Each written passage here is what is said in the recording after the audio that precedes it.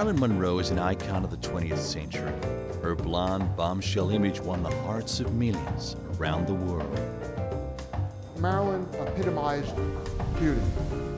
Her journey to becoming Hollywood's most glamorous and beautiful star surprisingly stemmed from a childhood of poverty and neglect.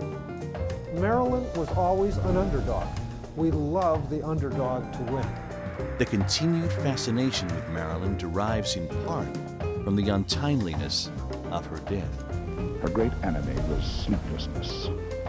Only God knows why she feared it so much. Her stardom has only escalated since her departure. And her incredible beauty still stirs our hearts. There is only one Marilyn. I thank you very much. It's been said that Monroe played the best game with the worst hand. She was born as an illegitimate child and named Norma Jeane Baker. Norma Jeane endured a childhood of poverty, misery, and abuse. She spent years in foster homes and orphanages, and her mother was institutionalized after suffering a nervous breakdown. She escaped from this horrific life at the age of 16 with an arranged marriage. Her husband disapproved of her newly found modeling career, and the marriage broke down. Marilyn later reflected, "No one ever told me I was pretty when I was a little girl. All little girls should be told they're pretty, even if they aren't." She headed to Hollywood with a dream. It was the golden age of Hollywood when the film industry was extremely affluent and powerful.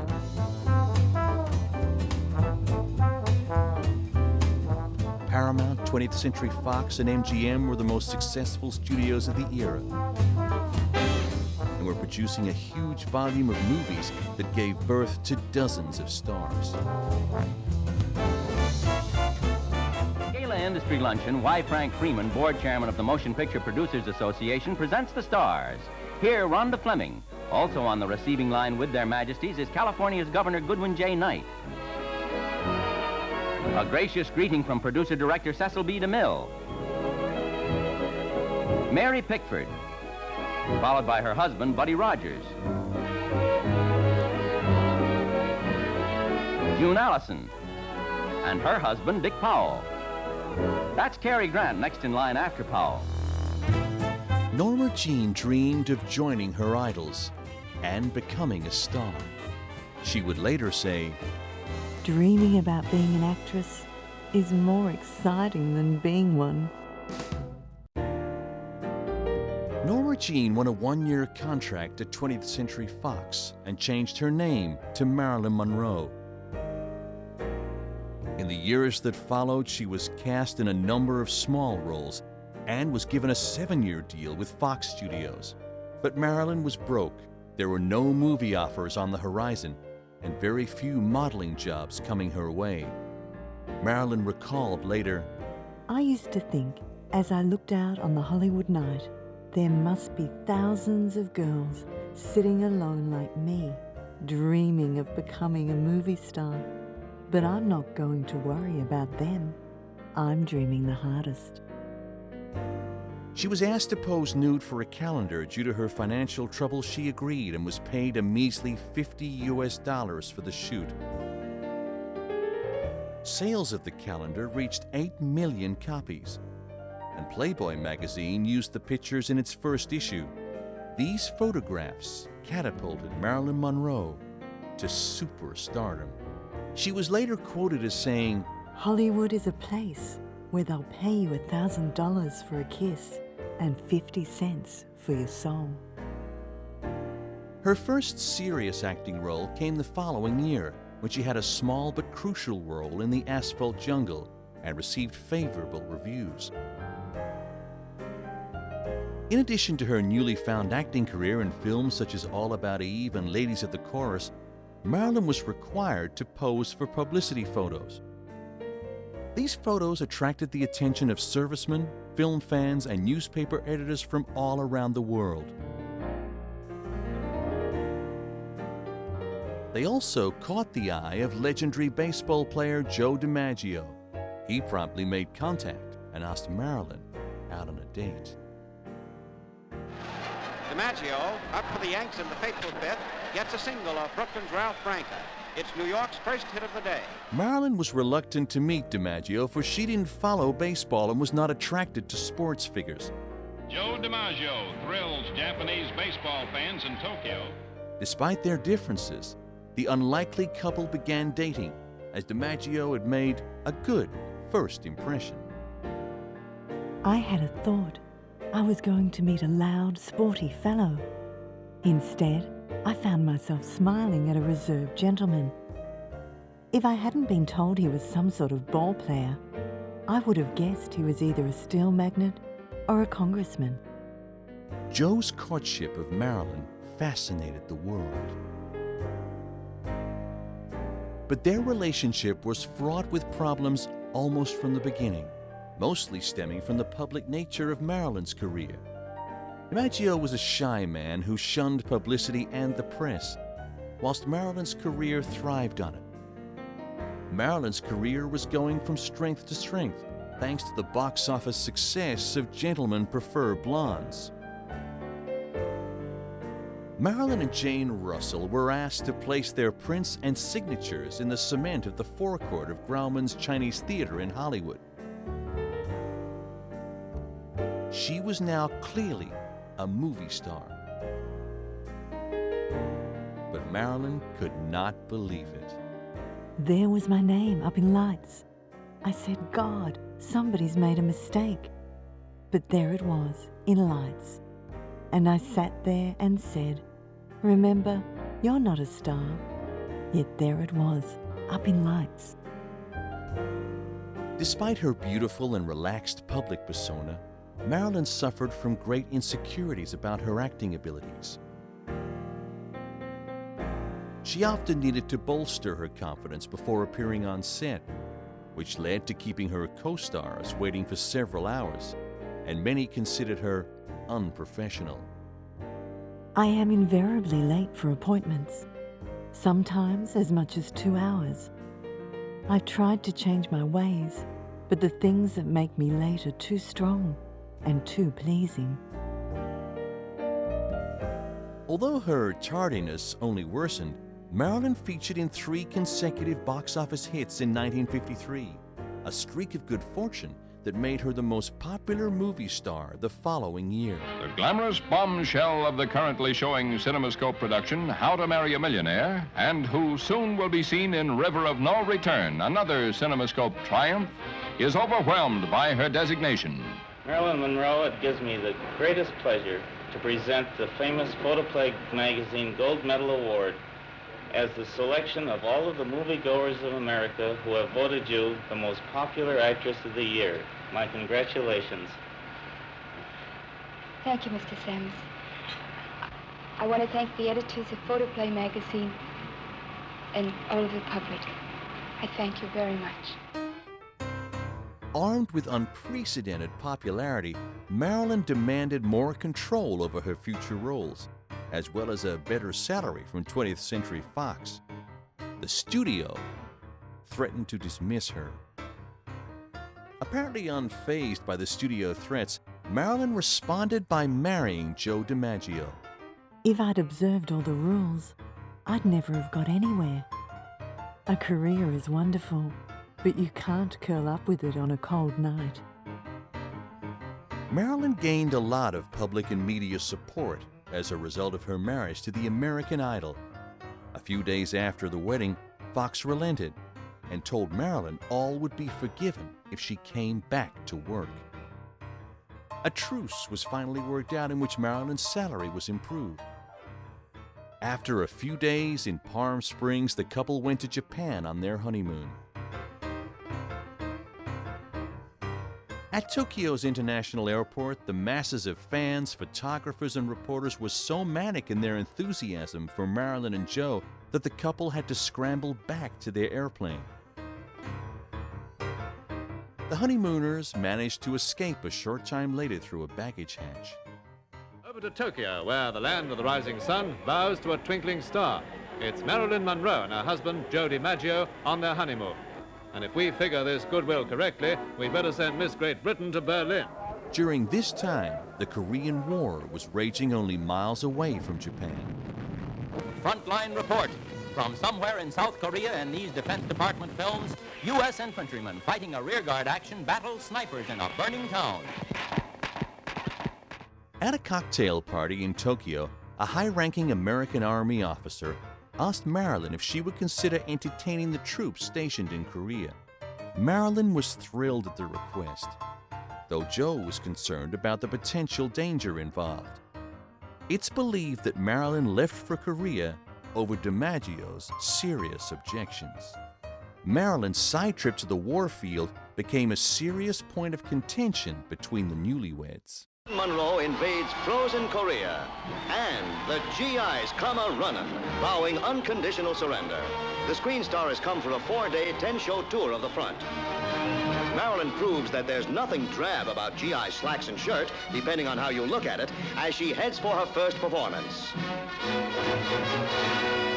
13,000 Marines whoop it up as a now glamorous Marilyn steps front and center, while MPs have their hands full. Having the time of her life, Marilyn wriggles her way into the hearts of the leathernecks. Coyly, she admits, I've never seen so many men in all my life. Marilyn would say more than once in her life that the adulation she felt in Korea from the servicemen had helped overcome a fear of performing in front of large crowds. It was the high point of her career. The trip was the best thing that ever happened to me. I never felt like a star before in my heart. It was so wonderful to look down and see a fellow smiling at me.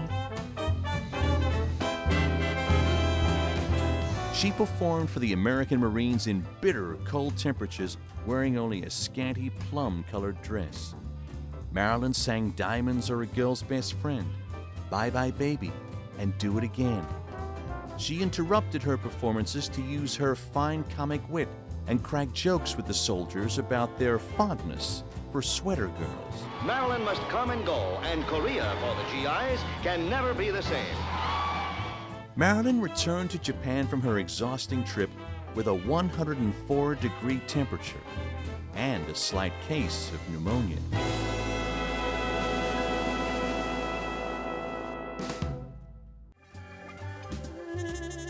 Full of confidence, Marilyn successfully negotiated her way into the lead role in The 7-Year Itch. This demonstrated the power she now had over the studio executives. But personally, Joe and Marilyn were experiencing problems and spent a great deal of time apart. During the filming of the famous skirt-blowing scene in The 7-Year Itch, DiMaggio walked onto the set dismayed at the sight of his wife and called out, "What the hell's going on here?" Joe had great disdain for not only the public display of Marilyn's physical charms, but also for her profession, which required it. Shortly after this highly publicized event, Marilyn and Joe filed for divorce.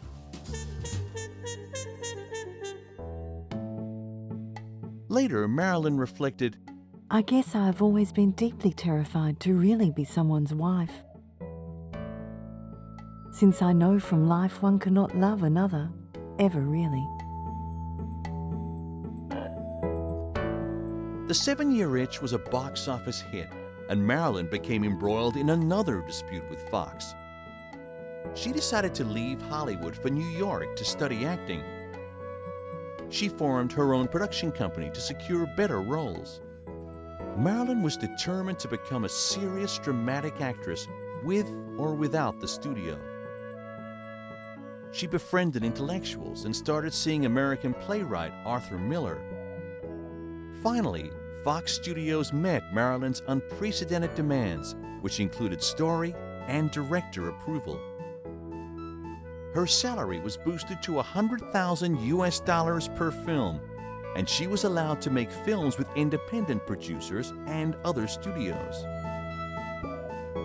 Marilyn's victory not only became a landmark case, but again it proved that Marilyn Monroe was a force to be reckoned with. I'm not interested in money. I just want to be wonderful. My work is the only ground I've ever had to stand on. I seem to have a whole superstructure with no foundation. But I'm working on the foundation. In high spirits, she returned to Hollywood to star in the film Bus Stop. Her performance in the film is considered the finest of her career. After the completion of Bus Stop, Marilyn returned to New York and married Arthur Miller in a small civil ceremony. She not only adored her new husband, but she admired him for his talent and accomplishments. Marilyn then flew to London to begin work on her next film, The Prince and the Showgirl. Miller accompanied her despite having been called to testify before the House Un-American Activities Committee to explain his supposed communist affiliations. A honeymoon couple arrive at London Airport, Mr. and Mrs. Arthur Miller. Mrs. Miller's better known as Marilyn Monroe. Arthur is one of America's most brilliant playwrights. He wrote Death of a Salesman. Marilyn's come to England to film The Sleeping Prince with Sir Laurence Olivier, who's here with his wife to meet them. A marriage of brains and beauty. But don't let anyone tell you Arthur's got all the brains. Mr. Miller, what is the next stage in your trouble with the United States Congress? Well, the next stage is that the Congress itself vote one way or another on the contempt citation voted by one of its committees. Yes. And if it does so vote, then the next stage after that is that this is sent to the Attorney General of the United States, who then takes the matter to a federal court, and there is a trial as to whether I was in fact in contempt, which I don't believe, and or whether I was not. And might you be liable to a term of imprisonment? Well, it's very rarely, if ever, meted out. Are you going to stick to your guns on this? Oh, definitely. Yes. Well, could you remind our viewers just exactly what your stand is? You are saying you are refusing to reveal the names of certain people. Is that correct? There's certain writers I knew 10 years ago or so. Were you actually a member of the Communist Party yourself at one time? I attended several meetings that were meetings of communist writers. Yes, yes. Have you been to England before? I was here in 1949 when Death of a Salesman was produced here. A little quieter for you that time.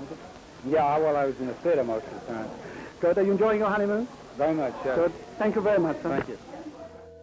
During the proceedings, Marilyn supported Miller both privately and publicly, telling newsreel reporters that she believed her husband would win his case. Later, begrudgingly, Miller paid a fine of $500 to have the matter settled. Here she is at the Savoy Hotel, stepping into a blaze of light at her press reception. Escorted by publicist Robert Stanage and with Sir Laurence Olivier, she took her seat in the center of it all. Soon they were joined by her husband, Arthur Miller, looking, I thought, surprisingly calm and unruffled. We were delighted by the quickness of her mind and her intelligence. Talking with her about her new British film, The Sleeping Prince, I was immediately struck by her obvious enthusiasm for this new venture. The film's name was changed to The Prince and the Showgirl, and was the first independent project undertaken by Marilyn Monroe Productions. Monroe co-starred with Laurence Olivier, who also directed the film. He became frustrated with Marilyn, often raising his voice in anger and occasionally insulting her. Marilyn responded by arriving on the set hours late, sometimes failing to show up at all. Miller assumed the duties of caretaker and manager for his unstable wife, and was often placed in the awkward position of having to explain or defend Marilyn's behavior. Marilyn fell into a pattern of chronic insomnia, often becoming hysterical as the long nights wore on. Nightly vigils by her side became a common experience for Miller. A clearly disturbed Marilyn once said, "First, I'm trying to prove to myself that I'm a person. Then maybe I'll convince myself that I'm an actress." During the production of The Prince and the Showgirl, Marilyn was invited to attend a Royal Command film performance before Queen Elizabeth. This was the scene in London's Leicester Square on the evening chosen for the greatest event in the cinema year. The film selected for the royal performance was The Battle of the River Plate. One of the earliest arrivals was Marilyn Monroe and her husband Arthur Miller.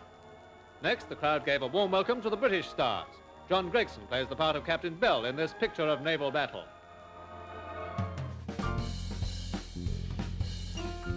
Marilyn was presented to Queen Elizabeth, who complimented her on her curtsy. After the filming of The Prince and the Showgirl, Marilyn suffered her first miscarriage. Her unpleasant behavior and her increasing dependency on her husband strained their marriage considerably. She later said, "The thing I want more than anything else, I want to have children. I used to feel for every child I had, I would adopt another." Almost 2 years later, she returned to the set for the production of Some Like It Hot. Marilyn's drug use and increasing dependence on alcohol held up production and pushed the film over budget. Yet financially, the film was hugely successful and one of Marilyn's most popular films. Sadly, after production was completed, Marilyn suffered another miscarriage. Meanwhile, Miller had completed the script and assembled the cast for their eagerly anticipated production of the film The Misfits. His dramatic and thoughtful script promised to showcase Marilyn's acting talents to their fullest extent. But 20th Century Fox quickly burst everybody's bubble with the news that Marilyn needed to fulfill her contractual obligations to the studio. She finally agreed to star in the musical comedy entitled Let's Make Love. The disappointment of her miscarriage led her to become vindictive and unfaithful to her husband. Let's Make Love was not the box office hit that Fox executives were counting on. Finally, Marilyn could embark on the production of The Misfits that also starred her idol, Clark Gable. From the outset, the movie seemed doomed as Marilyn's personal problems became even greater. She grew increasingly bitter towards Miller, directing all of her hostility and frustrations at him. Marilyn then suffered a breakdown and spent 10 days in hospital, and the production was temporarily shut down. Clark Gable's participation in The Misfits must have seemed to Marilyn like a gift from the gods. Her adulation of Gable went all the way back to her childhood, when she had fantasized that the handsome actor was her father. The grueling location shoot of The Misfits was made more unbearable by the long waits for Marilyn. Publicly, Gable showed no anger or hostility towards the obviously ill actress. On set, Marilyn stated, "The place was full of so-called men, but Clark was the one who brought a chair for me between the takes." Yet privately, Gable admitted his frustrations with Marilyn's behavior and hinted at his growing fatigue from participating in the film. The Misfits opened to mixed reviews and had poor box office results. After filming concluded, Marilyn and Miller finally separated. Marilyn attempted to go into seclusion, but her efforts were thwarted by the announcement of Clark Gable's death. Gable had had a massive heart attack the day after The Misfits had wrapped. Rumors began to fly that Kay Gable, Clark's young widow, blamed Marilyn for her husband's death. It's said that Kay claimed that the stress Gable had had to endure during the filming of Misfits, including the daily delays and excessive heat, had led to his heart attack. Upon hearing this, Marilyn fell into a dark depression at the thought that she had caused the death of the man she considered to be the father figure of her life. In her darkest hour, Joe DiMaggio re-entered her life. and looked after her as much as she would allow until her death. Under the advice of her psychiatrist, she was admitted to the Payne Whitney Clinic in New York and felt dreadfully uncomfortable. DiMaggio arranged Marilyn's discharge and placed her in the Columbia Presbyterian Medical Center. Upon her release 3 weeks later, reporters and photographers bombarded Marilyn outside the hospital's doors. They surrounded her, screaming tasteless questions and blocking her exit to a waiting limousine. 16 police officers and hospital security men were needed to escort her to safety. In addition to her precarious emotional and mental health, Marilyn experienced a variety of physical disorders as well. She endured a gallbladder operation and suffered from an ulcerated colon and abnormal bleeding from the uterus. Because of her delicate mental and physical conditions, Marilyn did not work as an actress at all in 1961. She later admitted, "Being a sex symbol is a heavy load to carry, especially when one is tired, hurt, and bewildered." Eventually, she returned to 20th Century Fox to begin work on the production ironically named Something's Got to Give. She had contracted a virus which left her fatigued and weakened. Realizing that Marilyn was ill, the studio executives and co-star Dean Martin agreed to arrange the shooting schedule around her.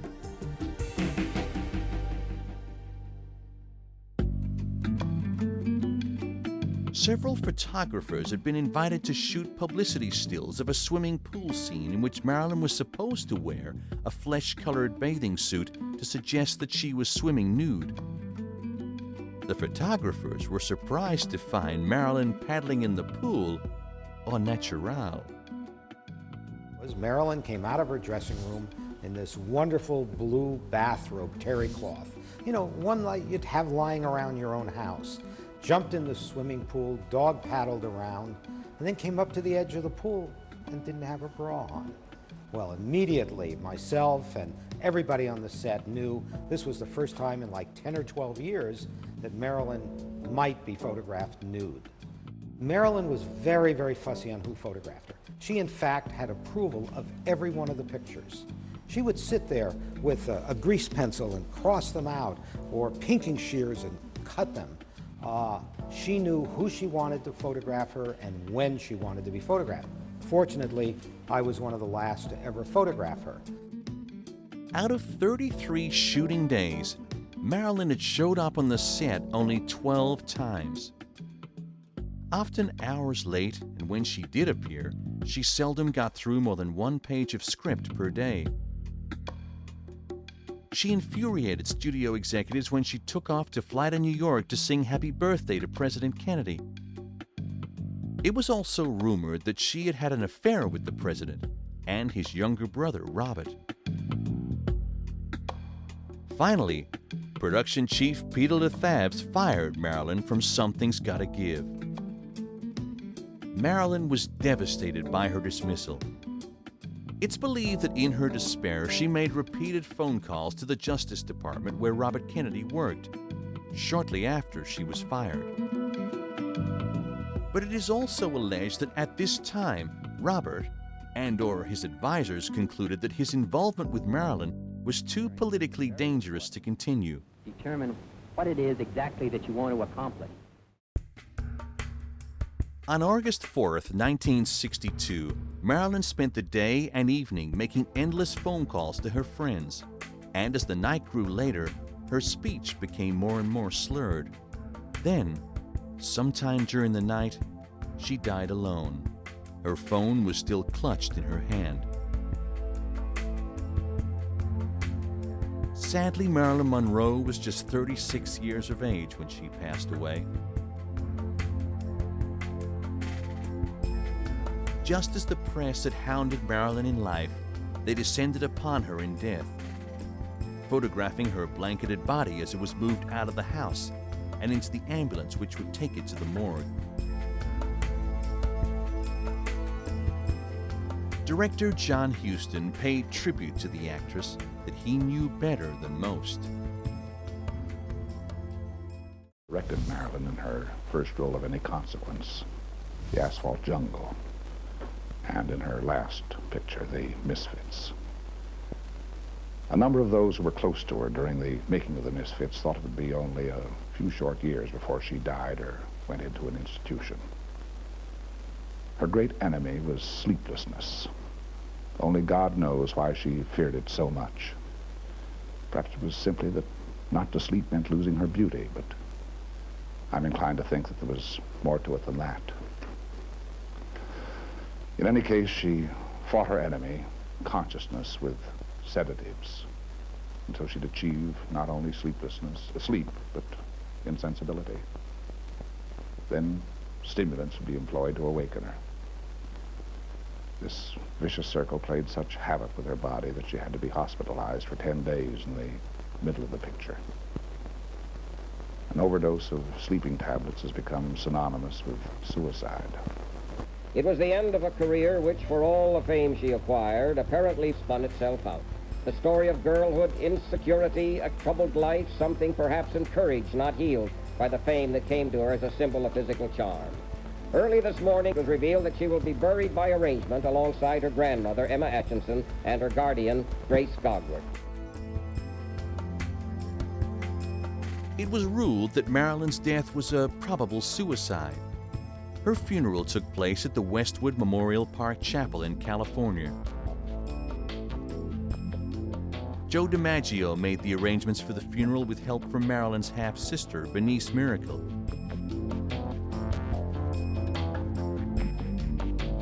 Once more, a large contingent of press watched on as the mourners arrived.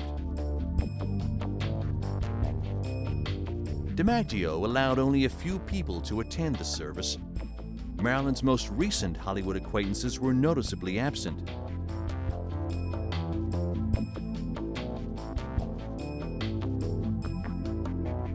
Perhaps in trying to come to grips with the tragic struggles of Marilyn's life, we have become obsessed with explaining her death. Since her passing, there has been endless speculation as to the cause of her death. Theories range from members of organized crime killing Marilyn to frame the Kennedys, to that the Kennedys themselves killed her to avoid a public scandal. Some also doubt that there was even a suicide, speculating that on the last night of her life, Marilyn had wanted merely to sleep through her despair, as she had done so many times before.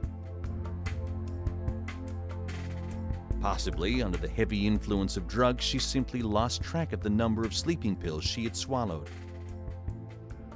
The world's endless fascination with Marilyn Monroe has led to numerous books being written about her life and controversial death. Anthony Summers, a British journalist, penned his account back in 1985 in a book called Goddess: The Secret Lives of Marilyn Monroe. Tony Summers, it's easy, isn't it, after 23 years when people are not around to answer back, to slur their names by innuendo? I haven't slurred anybody's name by innuendo. I set out to do a biography of Marilyn Monroe's life, and had I not looked into the alleged Kennedy connection, you'd have been asking me why not.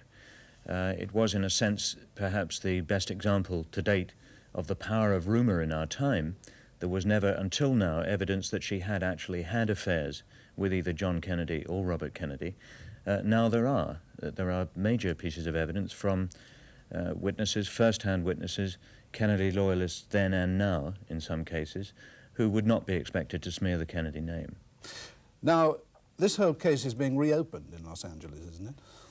Yes, as a result of the book, two things have happened. The chief of police has been forced to release the partial remnants of the police files from 1962 covering the investigation of Monroe's death, which I published in clear in the book, in particular her telephone records. In a rather mad example of bureaucracy gone mad, the police chief has now released them with the numbers censored out, showing Marilyn's calls to Kennedy's Justice Department.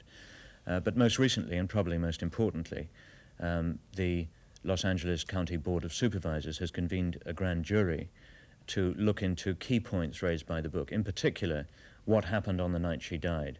It suggests, the evidence now suggests that far from being found at 3 or 4 o'clock in the morning by her psychiatrist, that she was in fact either dead or dying 4 or 5 hours earlier, and was removed initially, alive but in a coma, by ambulance. Why would that take place? Why should anyone want to do that? What would the 4 or 5 hours be used for? It seems, and this is speculation, informed speculation on the basis of the evidence, that the time was used to clear up evidence of Marilyn's Kennedy connection at her home, and indeed for Robert Kennedy, who had seen her earlier that day, to be got out of town by helicopter. The big question that's being asked about Marilyn's death is, was she murdered? I have not said that she was murdered. The evidence, however, isn't clear. Vital forensic materials were thrown away prematurely. I tend to think that this is an example of what I call the screw-up theory of history rather than the conspiracy theory of history, pure inefficiency. However, the story, within the story, the most important thing, I think, for the reporter is that organized crime, and particularly Jimmy Hoffa, the Teamsters Union leader, was at that moment under massive Kennedy prosecution, and he had commissioned wiretaps of Marilyn and the Kennedys, both in Marilyn's homes on the east and west coasts, and in the home of the president's brother-in-law, Peter Lawford. We've got the man who was commissioned to do the bugging, the wiretapping. We've got the man who installed the bugs, and we've got the man who actually monitored the bugs. That happened. It was clearly an effort to get smear information on the Kennedys to bring pressure on the presidency. That's the most troubling reporter's story that comes out of the end of Marilyn's life. But who would have an interest in seeing this unhappy woman dead? If there was foul play, and I haven't said there was, I think that we must look to the people who were fully paid up members of the murdering community anyway, the organized criminals who were involved in trying to compromise the Attorney General. Could I just ask you this then? Why, 23 years after the event, have some witnesses been prepared to change their stories? I did 600 interviews. That's a lot of slow, hard work. I think that some have talked because 6 years have passed. Peter Lawford, the president's brother-in-law, died last year. That made it easier for some to talk. And others have talked because they see others talking. It's a continuing roller coaster now. And I think perhaps since nobody, incredibly, has ever been put on the stand, nobody's ever been put on oath, there was never an inquest, that perhaps now there is a useful purpose to be served by getting those who survive, who were involved in Marilyn's last hours, to talk on the record formally on oath. For all of the hints of mystery surrounding Marilyn's death, the official investigators didn't feel the need to pursue the case beyond a superficial level. More than likely, there was no crime. And if there was a cover-up, it was merely to hide unwise relationships and not to tarnish our memory of her. The reality is that any attempt to unmask the truth about her last hours remains futile. We must simply accept that Marilyn Monroe took her secrets with her. Sadly, Marilyn's last will and testament revealed she had few friends and even less family. She made her half-sister, whom she had only met a few times, the major beneficiary, and also made provisions for the care of her mother. She gave Lee Strasberg, her psychiatrist, all of her personal effects and clothing, and stated, "Distribute the effects among my friends, colleagues, and those to whom I am devoted." Instead, Strasberg stored them in a warehouse and willed them to his widow Anna, who in 1999 had Christie's auction house sell the bulk of Monroe's effects. 800,000. Some fans were horrified at the thought that her most intimate possessions were being sold for profit by a woman who had never even met Marilyn. But other fans were thrilled at the prospect of owning something that had actually belonged to Marilyn Monroe. The auction earned over $13 million for Anna Strasberg. The diary shows a different facet to her life. It's her address book that she had, and I think, judging by the names in it, it's probably dating from 60 to 61, that kind of era, just shortly before her death. So it has a lot of industry contacts in there, a lot of her very close and personal friends that she hung out with a lot at that time, and a lot of the doctors that she was seeing as well, shortly before her death, which is the subject of much speculation. There's so many great pieces in the sale. The things that pop out in my mind are the inter-office memo at the 20th Century Fox legal department saying that Norma Jean Dougherty had just changed her name, had just legally changed her name to Marilyn Monroe. I mean, this is actually the birth announcement of an icon, and that's a fantastic, fantastic item. Release form for the famous nude photographs she did that were reproduced on calendars, and she signed that one Norma Monroe, which I have never seen. That's never come up at auction, anything signed Norma Monroe at all, so that's really rare. Classic photographs of Marilyn are also popular all around the world.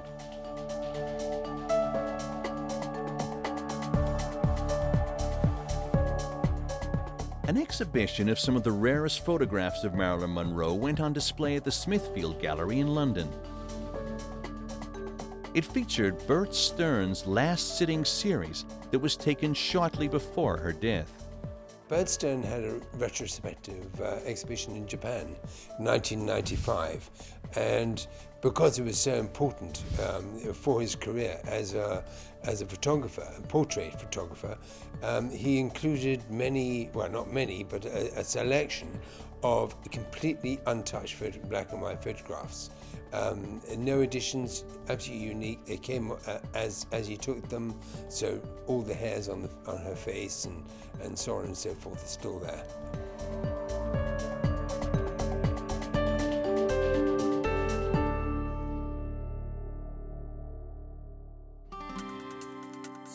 A unique collection of photographs called Timeless Beauty also went on display in London at the Andrew Weiss Gallery.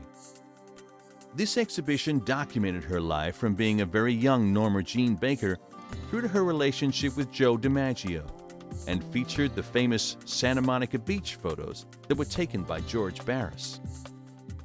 Marilyn epitomized beauty, and she had an appeal not only for men, which of course we would say would be quite obvious, but she also appealed to women as well.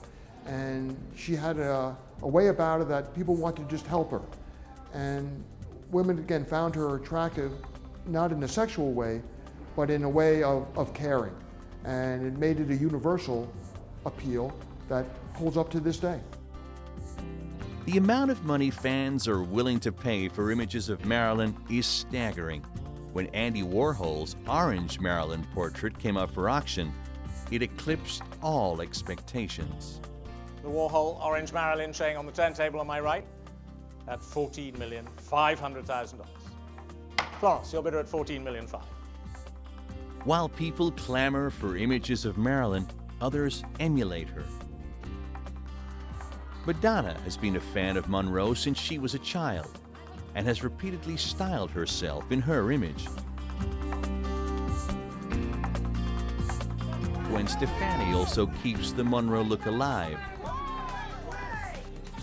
along with fashion designers all around the world, including American designer Yarna Kay.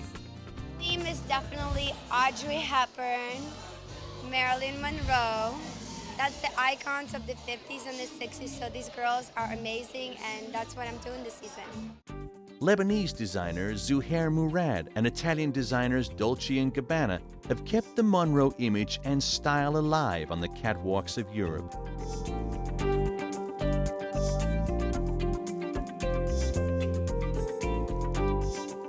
But no one has gone to the lengths of recreating the Monroe image more than the late Anna Nicole Smith, whose fame also derived from being a Playboy model. She was one of those who loved being in front of the camera and came alive in front of the camera. And there was very clearly a Marilyn Monroe quality about her, and that aspiration was very clear from the very beginning. She talked about Marilyn Monroe all the time, and when she became Playmate of the Year at that press party, she was doing a lot of Marilyn Monroe poses. Anna's deeply held affection for Monroe led to her requesting to be buried next to her idol after her death. And yes, she did mention that once, that she would like to be buried by Marilyn Monroe.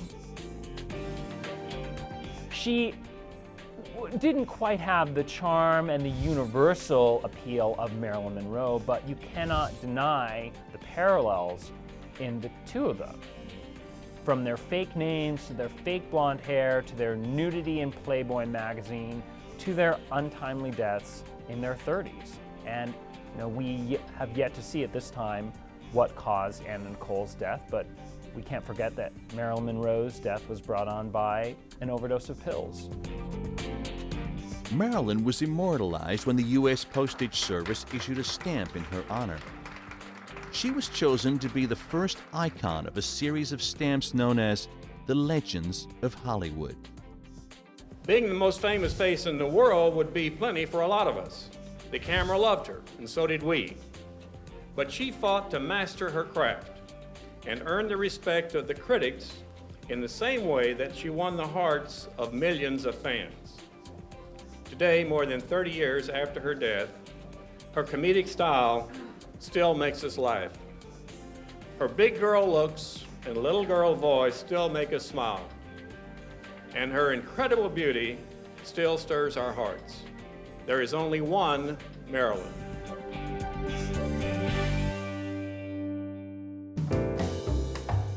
Marilyn Monroe was the quintessential Hollywood superstar. She was a beautiful and intelligent woman, a sex goddess who yearned to be more. It's sad that she couldn't find the heart to love herself in the process. She is a woman who has transcended the ages. Perhaps she simply arrived in this world before her time. It's nice, people knowing who you are and all of that, and feeling that you've meant something to them. The world's fascination with Marilyn Monroe lives on to this day. I thank you very much.